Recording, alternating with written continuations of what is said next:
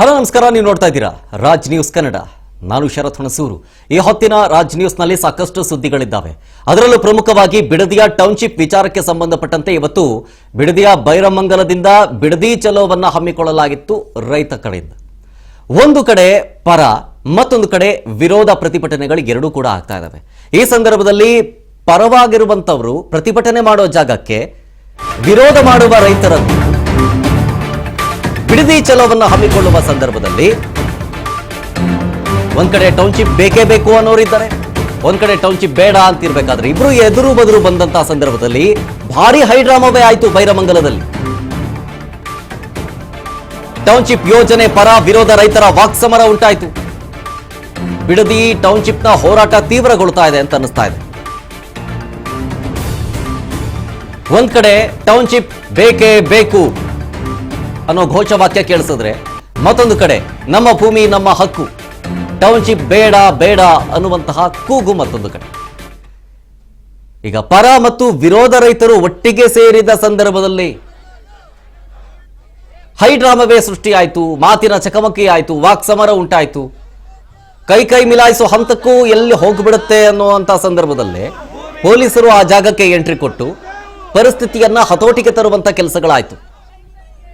ನೋಡಿ, ಮಾತು ಬೆಳೆದಿದೆ. ಯಾಕೆಂದ್ರೆ ನಿಮ್ಮ ಬೈರಮಂಗಲದಲ್ಲಿ ಎರಡು ರೀತಿಯ ಪ್ರತಿಭಟನೆ ಆಗ್ತಾ ಇದೆ. ಒಂದು ಈ ಟೌನ್ಶಿಪ್ನ ಪರವಾಗಿ, ಮತ್ತೊಂದು ಟೌನ್ಶಿಪ್ನ ವಿರೋಧವಾಗಿ. ಇಬ್ರೂ ಪ್ರತಿಭಟನೆ ಮಾಡ್ತಿರುವಂತಹ ಊರು ಒಂದೇ, ಸ್ಥಳವೂ ಕೂಡ ಒಂದೇ. ಪರ ಮತ್ತು ವಿರೋಧ ರೈತರು ಪ್ರತಿಭಟನೆ ಮಾಡೋ ಜಾಗದ ಅಂತರ ಬಂದು ಕೇವಲ 15 ಮೀಟರ್, ಅಂದ್ರೆ 15 ಹೆಜ್ಜೆ ಅಷ್ಟೇ. ವಿರೋಧ ಮಾಡುವಂತಹ ರೈತರ ಗುಂಪು ಬಿಡದಿ ಚಲೋ ಹಮ್ಮಿಕೊಂಡಾಗ ಇದೇ ಪರರು ಪ್ರತಿಭಟನೆ ಮಾಡ್ತಾ ಇರೋ ಜಾಗಕ್ಕೆ ಬಂದಾಗ ಮಾತಿನ ಚಕಮಕಿ ಆಗುತ್ತೆ. ಹೇಳಿದ್ನಲ್ಲ, ಒಂದು ಬಣದ ರೈತರು ವಿರುದ್ಧವಾಗಿ, ಮತ್ತೊಂದು ಬಣ ಪರವಾಗಿ ಹೋರಾಟ ಮಾಡ್ತಾ ಇದೆ ಟೆಂಟ್ ಹಾಕಿ. ಎರಡೂ ಬಣದ ರೈತರು ಮುಖಾಮುಖಿ ಆದಂತಹ ಸಂದರ್ಭದಲ್ಲಿ ಮಾತಿನ ಚಕಮಕಿ ಉಂಟಾಗಿದೆ,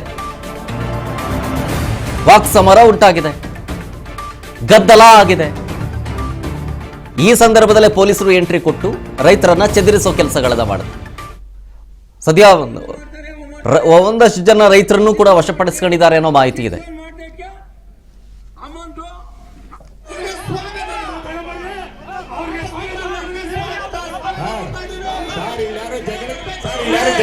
ದಯವಿಟ್ಟು ಕಳಿಸಿ ಅವ್ರನ್ನ.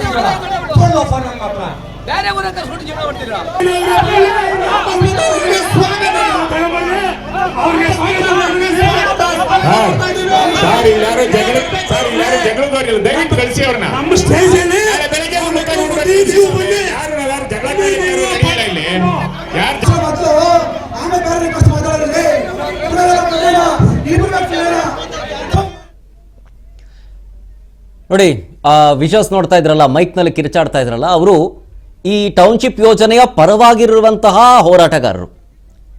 ಯಾವಾಗ ವಿರೋಧ ಮಾಡುವಂತಹ ರೈತರ ಬಣ ಬಿಡದಿ ಚಲೋ ಮಾಡಬೇಕಾದ್ರೆ ಅವ್ರು ಟೆಂಟ್ ಹತ್ರ ಬಂದ್ರು, ಮೈಕ್ ಹಿಡ್ಕೊಂಡೆ ಪರವಾಗಿರುವಂತ ಬಣ